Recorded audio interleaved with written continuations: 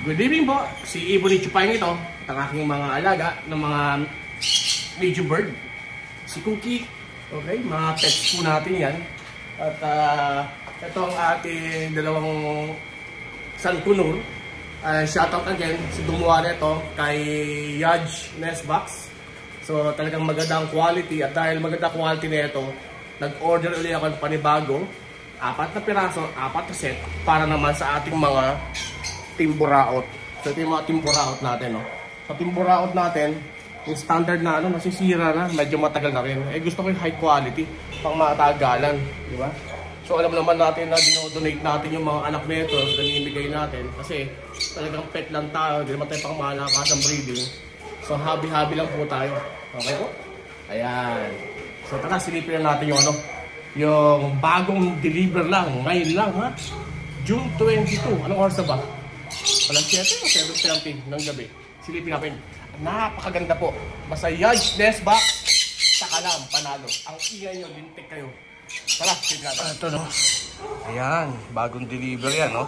So, shoutout kay Yaj Maximus or Yaj Nestbox na Yaj Box. Shoutout. Talaga naman pang malakasan. So ito naman is nag-order ako ng 2 left at 2 right na nest box para naman sa mga Alps natin, African lovebirds. So magandang quality talaga.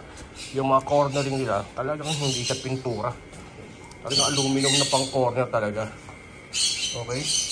So solid talaga, magandang quality. Ang kagandahan pa nito, hindi ito sa standard na ginagamit ko na pinakita ko a while ago, madaling masira. At pag mag-viewing ka ng mga itlog o inakay, kung meron na ba, napakahirap. Ilang beses na ako natakasan ng ganun. So, tingnan nyo to. Tingnan nyo ang pagkakayari nito. Magpo sa sample. Diba? O, gaganyan mo lang yan. O, fiberglass na yan, mga gar.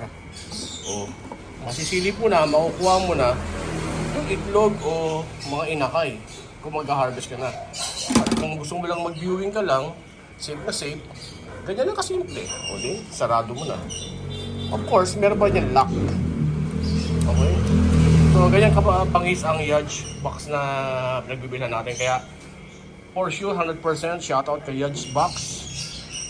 Bibili ulit tayo para again sa ating another medium bird. So, yun nga, no? So, nakabili tayo ulit, panibago. 4 na set para sa mga Alps naman natin. And next is, magkakaroon ulit tayo ng another order kay Yaj Box, no? Kay Yaj Maximus.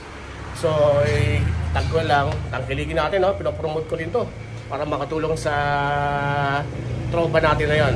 Okay guys, so yun lang, wiki update video lang kay Ibon Chupayng. Happy lang po tayo and pet. Bye!